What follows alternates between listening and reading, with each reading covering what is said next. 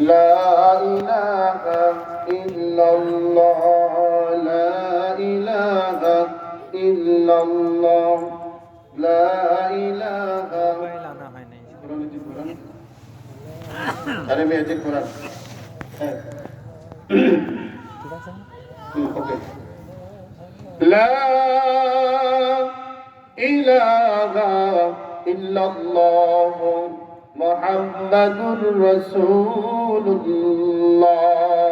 সাল্লাল্লাহু আলাইহি ওয়াসাল্লাম। সম্মানিত মুরব্বী বাবাজিরা, বৃদ্ধকালে আল্লাহকে আমরা যত ডাকি, বৃদ্ধকালে আমরা আল্লাহকে যত স্মরণ করি, যৌবনকালে কিন্তু এমন স্মরণ করি নাই। কথা বলেন ঠিক কিনা? আপনারা নদী পার হয়েছেন নাকি আমি জানি না।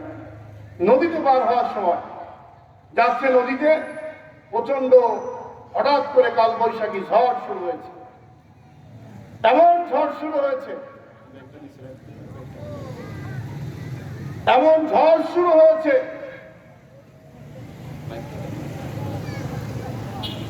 যেই ঝড়ের মধ্যে দিয়ে আর নৌকা ওই পার যাবে এমন কোনো চিন্তা ভাবনা করা যায় না। এখন হিন্দু, বৌদ্ধ, খ্রিস্টান, মুসলমান যারা আছে সমস্ত লোকজন মাঝি বলল আর উপায় নাই, এখন জিকির ছাড়া, আল্লাহ ডাকা ছাড়া আর কোনো কাজ নাই।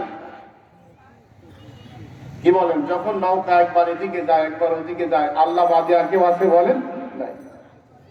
এখন প্রচন্ড চাপ, কোন রকম যানটা বেঁচে নদীর কিনারে চলে যায়। নদীর কিনারে যাওয়ার পরে এখন বলে, মাঝিটা যদি ভালো না হতো আজকে কিন্তু আমরা শেষ হয়ে যেতাম। কথা বলেন ঠিক কিনা? আসলে কি মাঝি রক্ষা করতে পারলো? রক্ষা করলেন কে? কথা বলেন, একটু বলেন কে? আল্লাহ। আল্লাহকে ভুলে গেল, পার হতে দেরি। এখন বলে, মাঝি যদি শক্ত না হতো আমরা আজকেই শেষ হয়ে যেতাম।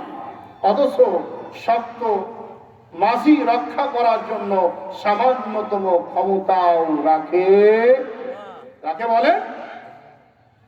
আবার ভাইয়েরা,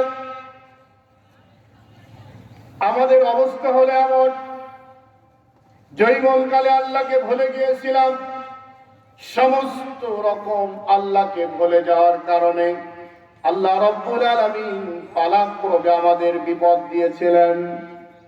এই বিপদগুলো থেকে যদি আমরা বাঁচতে চাই, আল্লাহ রাব্বুল আলামিন ডেকে বলেন, ও দুনিয়ার মানুষ, তোমরা ভালো করে শুনে নাও, তোমরা যদি জান্নাতে যেতে চাও আমি আল্লাহর সাথে তোমরা ওয়াদাবদ্ধ হয়ে যাও।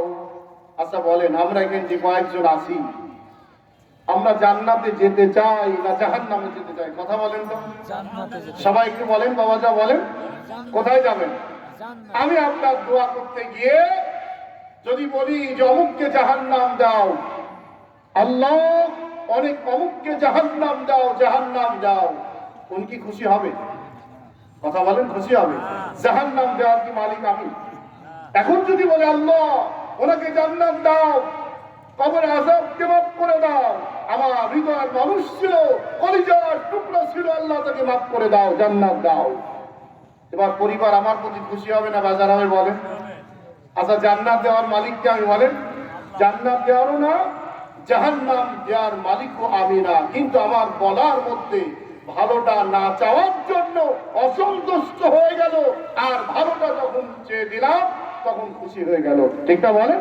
এখন আপনারা বলুন, আমরা জান্নাতে যেতে চাই না জাহান্নামে যেতে চাই? কোনটা? জান্নাত। কোনটা আমাদের কামনা? বলেন জান্নাত। আল্লাহ রাব্বুল আলামিন সূরা সফের মধ্যে বলেন, জান্নাত যদি পেতে চাও, জান্নাতে যদি যেতে চাও, আমি আল্লাহর সাথে দুইটা ওয়াদাবদ্ধ হতে হবে তোমাদের। কয়টা? কয়টা? কথা বলেন, আরেকবার বলেন। যারা শুনছেন মাইকের আওয়াজ তারাও বলেন, কয়টা? দুইটা। আমি যে একটু আগে বলছিলাম, আপনাদের একটা প্রমাণ দিই, মন খারাপ করেন না। আমার অভ্যাস হলো ডাইরেক্ট কথা বলার চেষ্টা করি, মন খারাপ করেন না। এই যে বৃদ্ধকাল, শিশু বাচ্চাদের ন্যায় তার প্রমাণ নিবেন। ওই দেখেন বাদাম খাওয়া, ওই দেখেন, এটা কি ছোট মানুষের কাজ না বড় মানুষের কাজ? বলেন।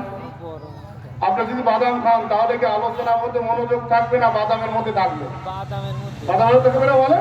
এইটা হলো মুরব্বীদের কাজ। কেন? বৃদ্ধকাল আর শিশুকাল এই দুটো হলো এক নয়। এজন্য ভাইরা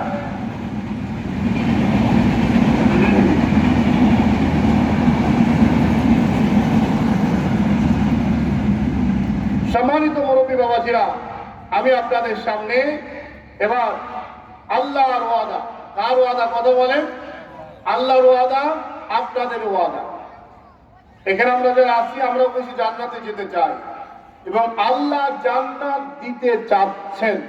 তাহলে দুই ওয়াদা একসাথে, একটা হলো আল্লাহ, এই একটা হলো আমার। এই দুই ওয়াদার মধ্যে আসল ওয়াদা রক্ষাকারীকে কথা বলেন আল্লাহ। আল্লাহ চাইতে ওয়াদা পূর্ণকারী আর কেউ আছে? নাই। এখন বলুন, আপনাকে জান্নাত দিতে চাইল, আপনি জান্নাতে যাওয়ার প্রত্যাশী, তাহলে আমার রাস্তাটা সোজা করার দরকার আছে না নাই? আল্লাহ রাব্বুল আলামিন বলেন, ইয়া আইয়ুহাল্লাযীনা আমানু হাল আদুল্লুকুম আলা তিজারাতিন তুনজিকুম মিন আযাবিন আলীম। আল্লাহু আকবার। আল্লাহ রাব্বুল আলামিন বললেন, ও ঈমানদার তোমরা ভালো করে শোনো। আচ্ছা বলেন তো,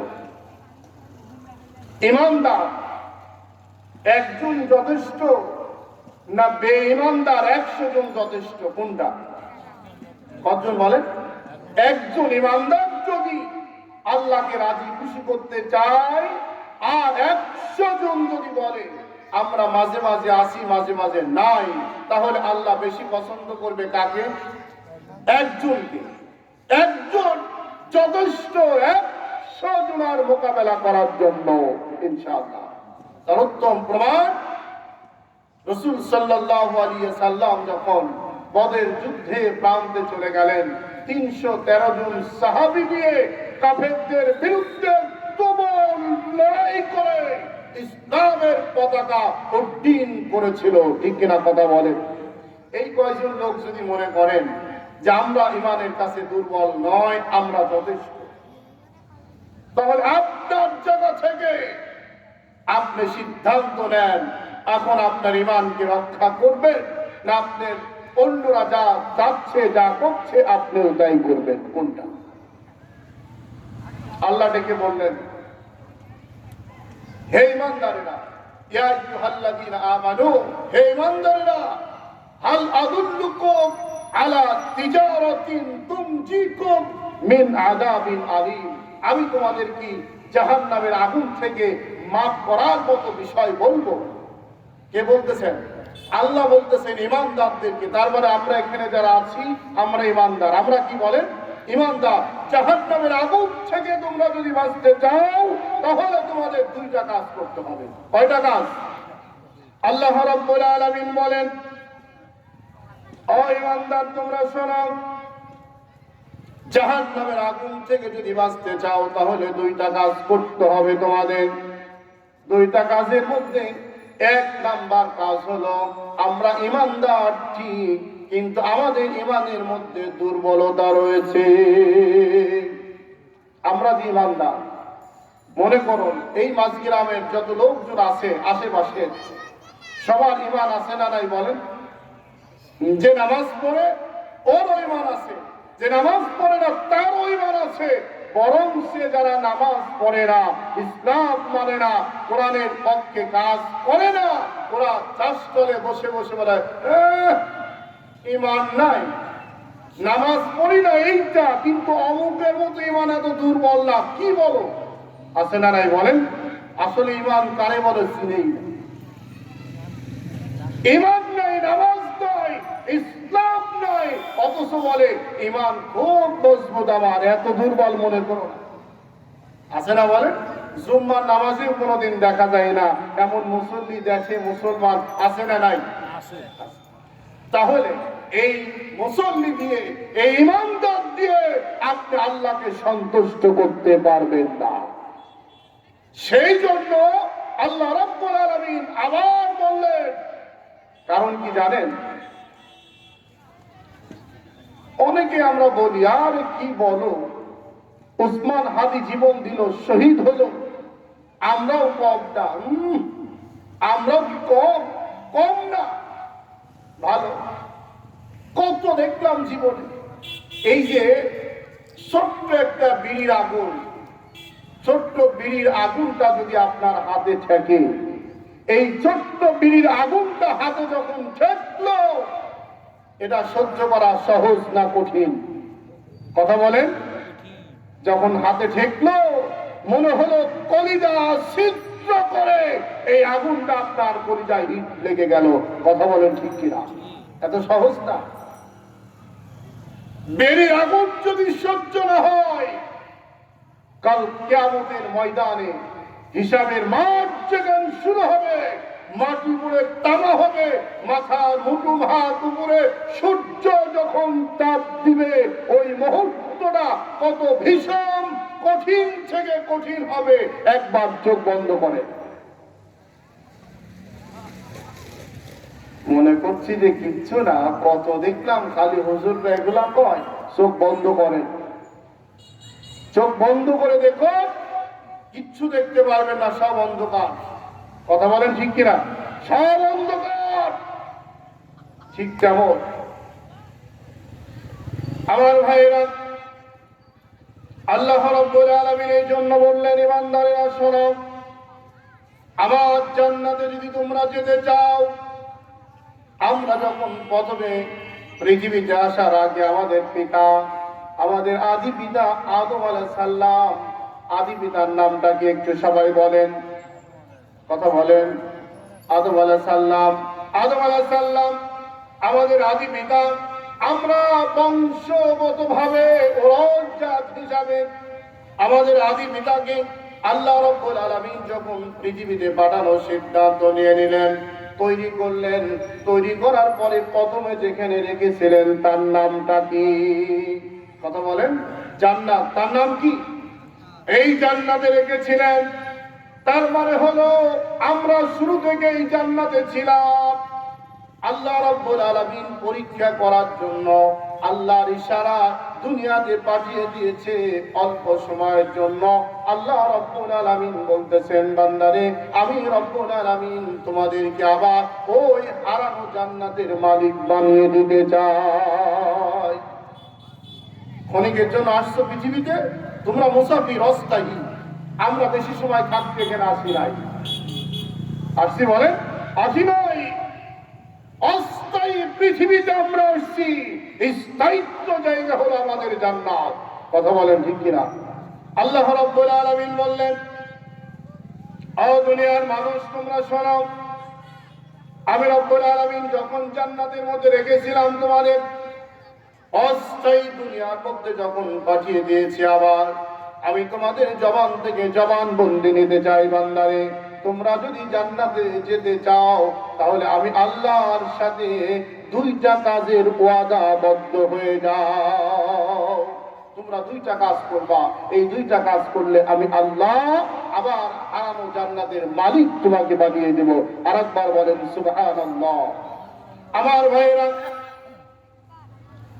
এই দুইটা কাজের প্রথম নাম্বার কাজ হলো তুমিনুনা বিল্লাহি ওয়া রাসূলিহি। আল্লাহ রাব্বুল আলামিন বললেন, দুনিয়ার মানুষরা, আবার তোমরা শোনো, ও ঈমানদার, তোমরা ভালো করে শুনে নাও। আমরা যে ঈমান নিয়ে আসছি, ঈমানের দাবিদার আল্লাহ রাব্বুল আলামিন এই ঈমানটা মানতে চাচ্ছে না। মানে আমরা যে ঈমানদার, আল্লাহ বিশ্বাস করে না যে আমরা আসলেই ওই জান্নাতে যাওয়ার জন্য ঈমানদার, এটা নয়। তাহলে কি হবে?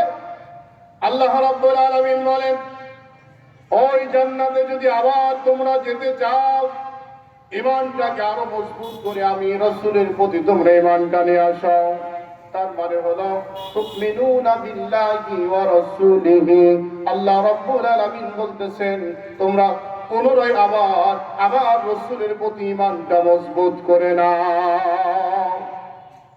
ভাইরা, এত লোক থাকতে আল্লাহ রাব্বুল আলামিন আবার রসুলের উপরে ঈমানটা মজবুত করতে বললেন কেন? প্রশ্ন থাকে না, বলেন কেন? আল্লাহ রাব্বুল আলামিন রসুলের প্রতি ঈমানটা মজবুত রাখতে বললেন এই জন্য, এই পৃথিবীতে যত নেতা দেখেছেন, যত মানুষ দেখেছেন, যত রাজা বাদশা দেখেছেন, একমাত্র শুধুমাত্র আমার আপনার নবী, বিশ্ব নবী জনাবে মুহাম্মদুর রাসূলুল্লাহ সাল্লাল্লাহু আলাইহি ওয়াসাল্লাম ব্যতীত আল্লাহ রাব্বুল আলামিনের একক দাওয়াত কোন মানুষ দিতে পারে না। পারছে? পারে না। কারণ বর্তমান আমরা যদি প্রশংসা করতে চাই বর্তমান সময়ের নেতাদের, সব জায়গায় 2 গ্রুপ, 3 গ্রুপ, 5 গ্রুপ আছে না নাই? বলেন, একই দলের মধ্যে 2 গ্রুপ, 5 গ্রুপ, 6 গ্রুপ ইত্যাদি এত খেলাখেলি কেন? এক একজনের চরিত্র এক একজন প্রকাশ করতে শুরু করে দিয়েছে। নেতা বাড়ির ঘুমায়, কর্মীরা মাঠে জীবন দিয়ে দেয়, আমার নেতার চরিত্র ফুলের মতো পবিত্র, আমার নেতা যেখানে আমরা থাকবো সেখানে অমুকের সৈনিক, ভয় নাই, চিন্তাও নাই। আছে না নাই? স্লোগান বলেন, নির্বাচন সামনে, স্লোগানের কোনো শেষ নাই। অথচ নেতা জানেই না, নামাজই পড়ে। আছে না নাই? নামাজ নাই, রোজা নাই, হজ নাই, যাকাত নাই, আল্লাহর ভয় নাই, ভীতি নাই, কিচ্ছু নাই, অথচ নামাজিরা স্লোগান দেয়। এরকম নামাজি আছে না নাই? বলেন, আছে। তাহলে আপনার দিয়ে আল্লাহ কতটুকু বিশ্বাস করে না করার কারণে আল্লাহ আবার বললেন, ও ঈমানদারেরা, তুমিনুনা বিল্লাহ, আমি আল্লাহ রসুলের বলি, আমি যে নেতা দিয়েছি এই নেতার উপরে তোমরা ঈমানটাকে মজবুত করে দাও। আমার ভাইয়েরা, গভীর মনোযোগ দেন। কেন রসুলের প্রতি ঈমান আনতে বললেন? আল্লাহর নবী, বিশ্ব নবী জনাবে মুহাম্মদুর রাসূলুল্লাহ সাল্লাল্লাহু আলাইহি ওয়াসাল্লাম মক্কা জীবনে 12 বছর কয়েক মাস পর্যন্ত সময় কাটিয়েছিল। এই মক্কা নগরীতে ছোট্টবেলা থেকে মানুষ হলো, বড় হওয়া শুরু করলো, জীবন জৈবন সবগুলা ওই মানুষগুলা তার সম্পর্কে জানতো, বুঝতো, দেখতো, চিনত। কাফেররা পর্যন্ত তাকে বলল আল আমিন, আসআদি, আমানতদার। এর চাইতে ভালো মানুষ আর মক্কার মধ্যে হয় না, এমন কথা তারা স্বীকৃতি দিয়ে বলল আল আমিন, আসআদি। আমরা বিশ্বাস করি আব্দুল্লাহ ছেলে মুহাম্মদ সাল্লাল্লাহু আলাইহি ওয়াসাল্লাম জীবনে কোনোদিন মিথ্যা কথা বলতে পারে না। এই স্বীকৃতি যত সবগুলা দিয়েছিল ইহুদিরা। কারা বলেন? সবগুলা দিল ইহুদিরা, যারা মূর্তি পূজা করত, যারা দেব দেবীর সামনে মাথা নত করত। এই মানুষগুলা রসুলকে এত স্বীকৃতি দিল কেন? আমার ভাইয়েরা, সিন্ধুকের চাবি পর্যন্ত রাখতো তার কাছে, বিচার সালিশের জন্য তার কাছে চলে যেত। সব মানুষগুলা জানতো মক্কা জীবনে আব্দুল্লাহ ছেলে মুহাম্মদ সাল্লাল্লাহু আলাইহি ওয়াসাল্লামের চাইতে ভালো মানুষ নাই। সব মানুষগুলা জানতো। কিন্তু বিশ্ব নবী যখন প্রাপ্ত বয়স চলে এলো, আল্লাহ ওহী নাজিল করলেন, কোরআনের বাণী যখন তার কাছে দিবেন, বিশ্বাস করুন আল্লাহ রাব্বুল আলামিন সম্পূর্ণরূপে আমার আপনার নবী বিশ্ব নবীকে আলাদা শিক্ষা দীক্ষা দিয়ে মানুষ করে দিয়েছে। কেন? এই দুনিয়ার মানুষ খুব ভালো না, হিংসা, বিদ্বেষ এবং গীবত অনেক কিছুর মধ্যে এই মানুষগুলা নিমজ্জিত হয়ে আছে। সকল সময়ের জন্য আমরা চাই শুধুমাত্র একজনের ক্ষতি ছাড়া ভালো না। ঠিক কিনা কথা বলে? আল্লাহ রাব্বুল আলামিন সম্পূর্ণ বিশ্ব নবীকে আলাদা করেছেন, তাকে এমন একটা বিশ্ববিদ্যালয় পড়িয়েছেন, এই বিশ্ববিদ্যালয় একজন ছাত্র শুধুমাত্র আমার আপনার নবী, বিশ্ব নবী জনাবে মুহাম্মদুর রাসূলুল্লাহ সাল্লাল্লাহু আলাইহি সাল্লাম, উনি হলো ছাত্র। বিশ্ববিদ্যালয়ের নাম হলো কোনটা, কথা বলেন তো? হীরা গুহা। কোনটা বলেন? হীরা গুহা। হীরা গুহার মধ্যে অবস্থান করতেছেন, আর আল্লাহ রাব্বুল আলামিন স্বয়ং আমার আপনার বিশ্ব নবী জনাবে মুহাম্মদুর রাসূলুল্লাহ সাল্লাল্লাহু আলাইহি সাল্লামের শিক্ষক। সুবহানাল্লাহ। চিন্তা করে আমার ভাইরা, ওই ভার্সিটির ভাইস চ্যান্সেলর যিনি ছিলেন, তিনি হলো আর কেউ নয়, হযরত জিবরাইল আলাইহিস সালাম। ওহী যখন নিয়ে আসতেন, আল্লাহ রাব্বুল আলামিন ওহী দিচ্ছেন, জিবরাইল আলাইহিস সালাম ওহী নিয়ে আসতেছেন। এই মধ্যবর্তী জায়গার মধ্যে দ্বিতীয় কোনো মানুষ ভেজাল ঢোকানোর সুযোগ নাই। আছে নাকি, কথা বলে? নাই। আমাদের দেশে কিছুদিন পূর্বে ছিল অটোপাস। কি কথা বলেন? অটোপাস। এখন যদি নবীর বেলায় এমন অটোপাসের ব্যবস্থা থাকতো, তাহলে অনেক জিনিস অজানা থাকতো কিনা, কথা বলেন? অজানা থাকতো। এই জন্য বিশ্ব নবীকে স্পেশাল ভাবে আল্লাহ রাব্বুল আলামিন শিক্ষা দিয়েছেন। আর একবার বলেন সুবহানাল্লাহ। আমার ভাইরা,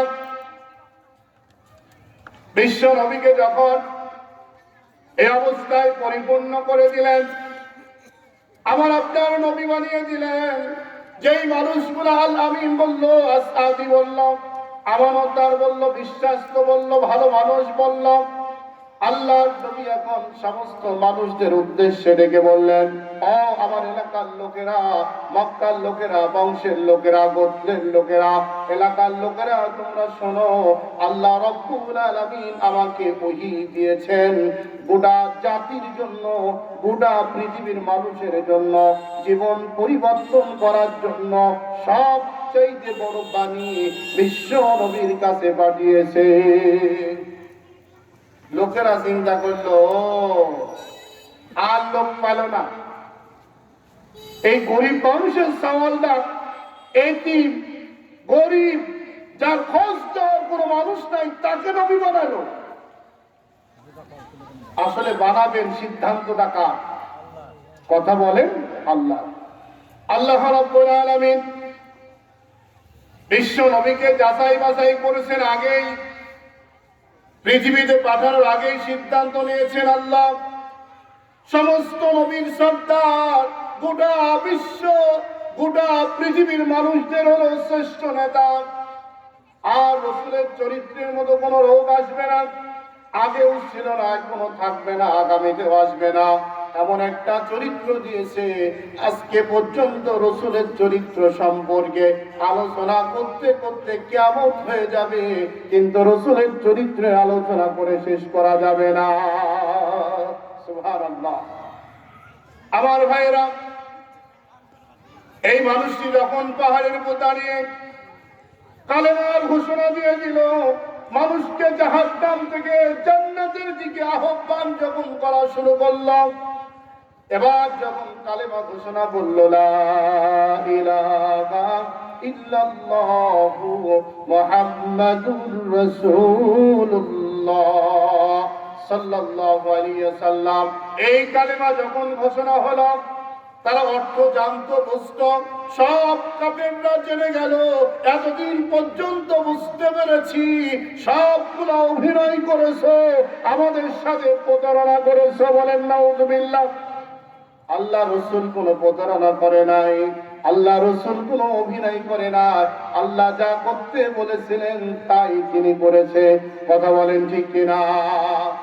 আমার ভাইয়েরা, এই নবীকে এখন পাথর মারা শুরু করলো, রাসূলকে রক্তাক্ত করলো, রাসূলকে হত্যা করার সিদ্ধান্ত নিয়ে ফেললাম। এখনো যদি আপনি এই কথা বলেন, এখনো সত্য কথা বলেন, এখনো যদি হক কথা বলেন, এখনো আপনার বিরুদ্ধে এই সমাজের বাতিলগুলা ঐক্যবদ্ধ ভাবে আপনাকে হত্যা করার জন্য প্রস্তুত আছে না নাই? কথা বলেন। আমার ভাইয়েরা, এই জন্য আল্লাহ রাব্বুল আলামিন বললেন, প্রথম নম্বর তুমিনুনা বিল্লাহ, আল্লাহ রসুলের দেখানো পথ বাদে আর চলতে পারবে না। এখন বলুন তো, আল্লাহ রসুলের দেখানো পথ যেইটা, ওই পথে চলতে গিয়ে নামাজ ছেড়ে দেওয়া যাবে নাকি? কথা বলেন। রোজা ছেড়ে দেওয়া যাবে নাকি? মিথ্যা কথা বলা যাবে নাকি? মানুষকে ঠকানো যাবে নাকি? পরনিন্দা গীবত করা যাবে নাকি? মানুষের সাথে বেয়াদবি করা যাবে নাকি? গুম, খুন, হত্যা, অন্যায় অবৈধভাবে মানুষকে বিপদগামী করা যাবে নাকি? করা যাবে না। কারণ হলো আল্লাহ রাব্বুল আলামিন সবকিছু বিশ্ব নবীর মধ্যে শিক্ষা দিয়ে পরিপূর্ণ করে বললেন, তোমরা যদি ওই জান্নাতে যেতে চাও, আমার রাসূলকে পরিপূর্ণ তোমরা মেনে নাও। ভাইরা আবার সকল রাজনৈতিক দলের ভাইদেরকেও আমি আহ্বান করছি, আসুন আল্লাহ রাসূলের আনুগত্য ব্যতীত আপনি যাই করেন না কেন, যতক্ষণ আপনার দাম আছে, শক্তি আছে, সমর্থন আছে, লাঠিয়াল বাহিনী আছে, আপনার দাম রয়েছে। জীবন শেষ, জৈবন শেষ, এই জাতীয় বৃদ্ধ হলে আর আপনার কোনো মূল্য থাকবে না। কথা বলেন ঠিক কিনা? আর আল্লাহ কেমন দেখুন আমার ভাইয়েরা, আপনি যদি রসুলকে অনুসরণ করে চলেন, আল্লাহ রসুলের সিদ্ধান্ত মেনে চলেন, আল্লাহর হুকুম যদি আপনি মেনে চলতে চান, যৌবনকালে আপনি ইবাদত করেছেন, এই বৃদ্ধকালে গিয়ে ভালো ইবাদত করতে পারছেন না, আপনি বৃদ্ধকালে বিছানায় শুয়ে আছেন, আফসোস করতেছেন, আমি দাঁড়িয়ে নামাজ পড়তে পারি না, আমি দাঁড়িয়ে ওযু করতে পারি না, আমি দাঁড়িয়ে দাঁড়িয়ে কোরআন তেলাওয়াত করতে পারি না, আমি তাহাজ্জুদের নামাজ পড়তে পারি না, আমি চলতে পারি না, সকল সময়ের জন্য বিছানায় পড়ে থাকতে হয় আমার। এমন চিন্তা করতেছেন শুয়ে শুয়ে, কল্পনা করতেছেন শুয়ে শুয়ে।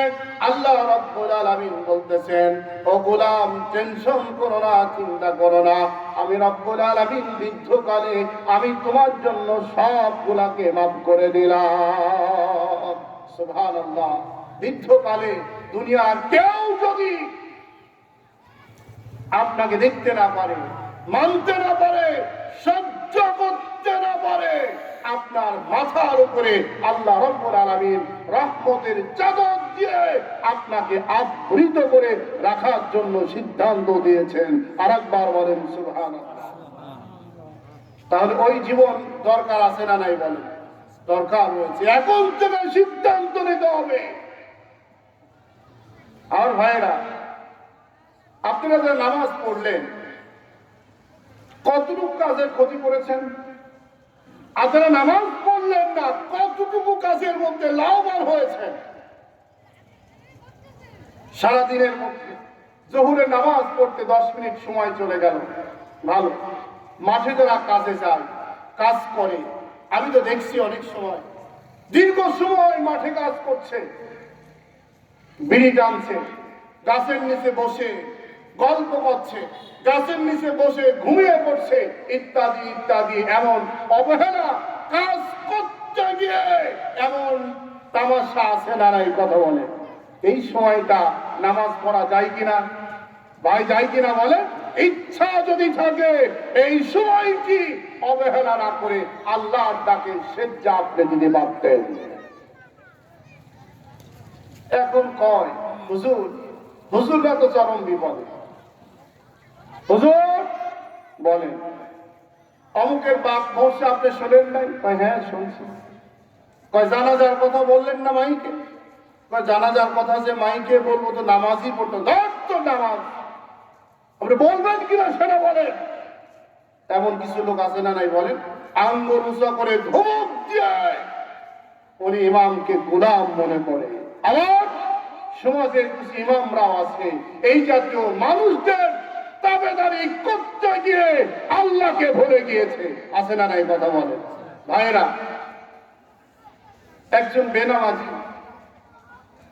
অনিসলামিক ইসলাম মানে নাই, আল্লাহকে মানে নাই, কোরআন মানে নাই, না মানার পরে তার জানাজায় গিয়ে আপনি আবার অনেক মানুষ ইদানিং দেখছি, বিশেষ করে রাজনৈতিক ব্যক্তিবর্গ যদি থেকে থাকেন ভালো করে শুনে নেন, আপনি জানাজায় গিয়ে বললেন লোকটি কেমন ছিল, লোকেরা বলল ভালো ছিল।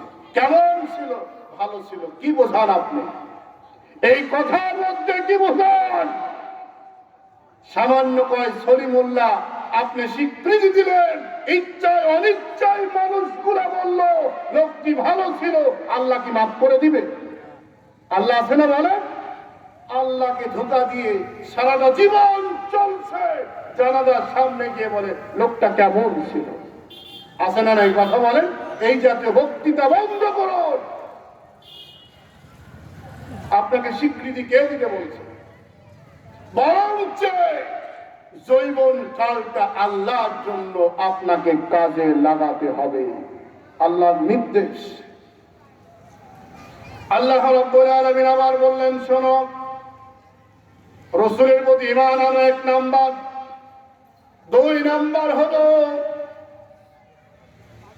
তুমিনুনা বিল্লাহি ওয়া রাসূলিহি ওয়া তুজাহিদুনা ফি সাবিলিল্লাহি বিআমওয়ালিকুম ওয়া আনফুসিকুম। জান এবং মাল দিয়ে আল্লাহর জমিনে আল্লাহর দ্বীন প্রতিষ্ঠিত করার জন্য আমাকে আপনাকে সংগ্রাম চালিয়ে যেতে হবে। এই কথা কার কথা বলেন? জান, এই জান দেওয়ার মালিককে একটু বলেন না, কে? অন্য কেউ আছে? মাঝে মাঝে দেখবেন আমাদের অনেক সময় দেখা লাগে, এগুলা দেখতে হয়।